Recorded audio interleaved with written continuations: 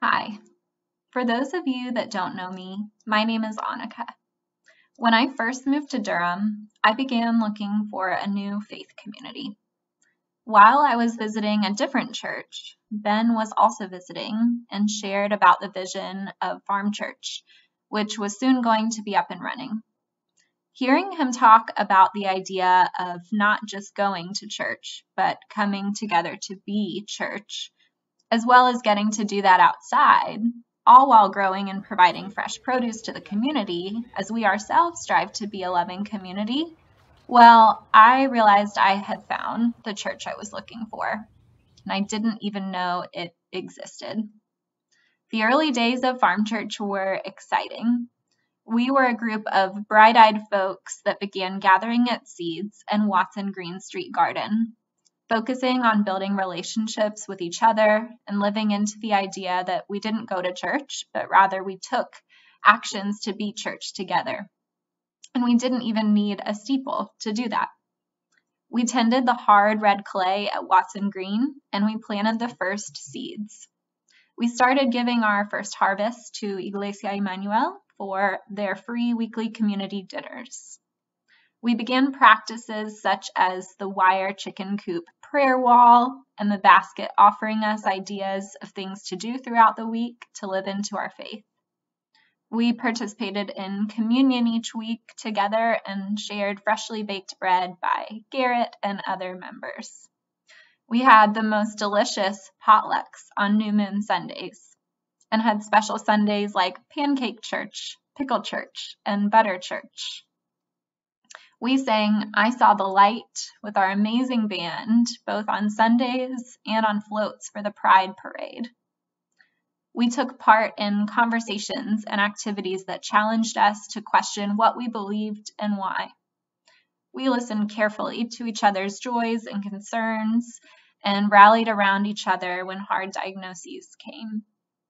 We hosted speakers and documentary viewings that pushed us to think more deeply about our role in the world of food justice. We rode the waves of startup church life and underwent leadership transitions.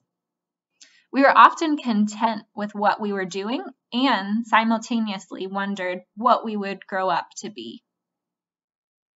When COVID-19 began back in March of 2020, we all wondered how to do church and specifically what it would mean for Farm Church in such an unfamiliar time and context. We figured out Zoom worship and checked in on one another. Thankfully, it was eventually determined that we could return to the Watson Green Garden safely, and eventually we had the most amazing spring garden and harvest on record. For me personally, I found so much peace in the garden in the earlier COVID days. It was, after all, the only place where I felt like I could be, and I was welcomed, other than my own apartment.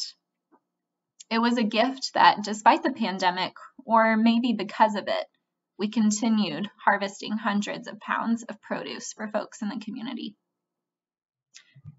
As we've now hopefully reached the halfway point of the pandemic, our attention turns to Farm Church's next chapter.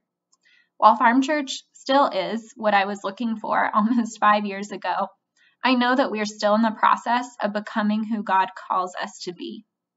I know that God is calling us to grow even deeper into our spiritual life together and to connect on a more meaningful and consistent level with our community partners.